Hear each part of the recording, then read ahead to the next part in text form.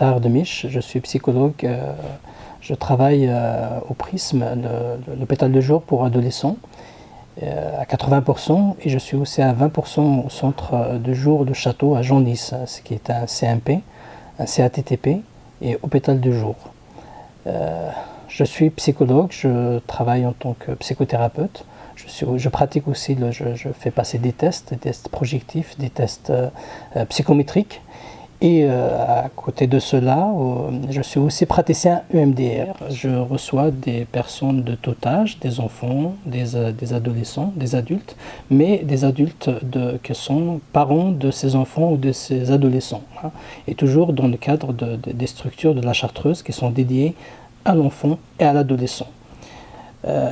Ces personnes donc, me sont envoyées par leur médecin. Et quand le médecin identifie des traumatismes psychiques.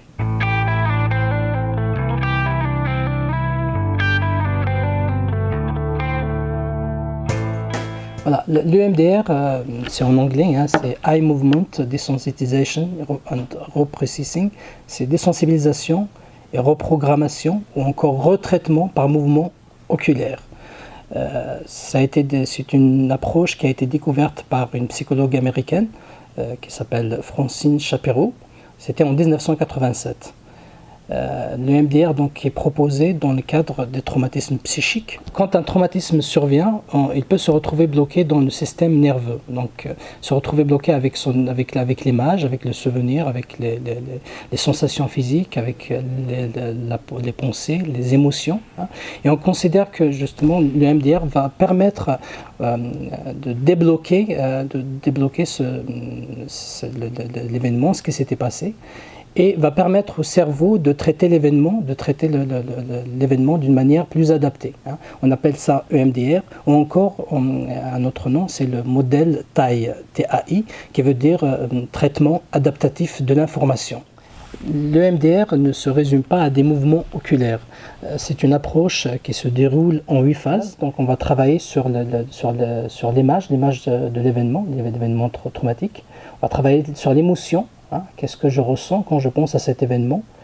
Sur la pensée négative, qu'est-ce que je pense quand je revisualise l'événement? Et aussi le siège de la perturbation, c'est-à-dire quand je pense à l'événement, je ressens quelque chose dans mon corps, ça peut être une boule dans le ventre, ça peut être une gêne dans la tête, partout dans le corps. Et c'est en association tout cela avec ces mouvements oculaires qui va permettre de dépasser le traumatisme. Le trauma c'est le choc, le traumatisme c'est le processus qui va se mettre en place après les fractions psychiques du système par excitation. On va avoir deux sortes de traumatismes. Hein. On a des traumatismes qu'on appelle les grands traumas et les petits traumas. Les grands traumas vont être les guerres, les catastrophes naturelles, les viols. Hein, les petits traumas, ça va être plutôt des choses qu'on peut rencontrer dans la vie, a priori inoffensives, mais qui peuvent perturber la vie de la personne. On parlera des traumas simples et des traumas complexes. Le trauma complexe, c'est des violences répétées, hein, c'est des événements difficiles à répétition dans la vie de la personne. Le trauma simple, ça va être un seul événement hein, dans une vie, on va dire plutôt, qui a été jusque-là plutôt heureuse, hein, plutôt une enfance plutôt heureuse. Et puis un jour, il se passe quelque chose, la personne se retrouve traumatisée. À ce moment-là, dans le trauma simple, il faudra à peu près 3 à 4 séances EMDR. Ce qui n'est pas le cas dans le cas des traumatismes complexes qui vont demander plusieurs séances. Ce qui est très intéressant, c'est que dans les différentes situations, que ce soit le traumatisme complexe ou le traumatisme simple, on constate des résultats positifs dès le départ. Dès qu'on commence les premières séances EMDR, avec les mouvements oculaires bien sûr, hein, et on constate des résultats.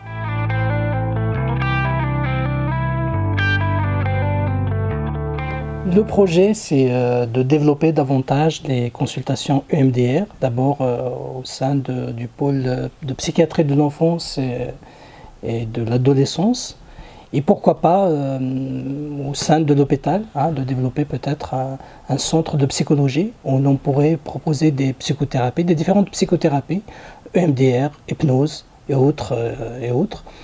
Et un autre projet aussi, c'est de poursuivre et d'élargir aussi la formation afin de répondre au mieux aux demandes des personnes.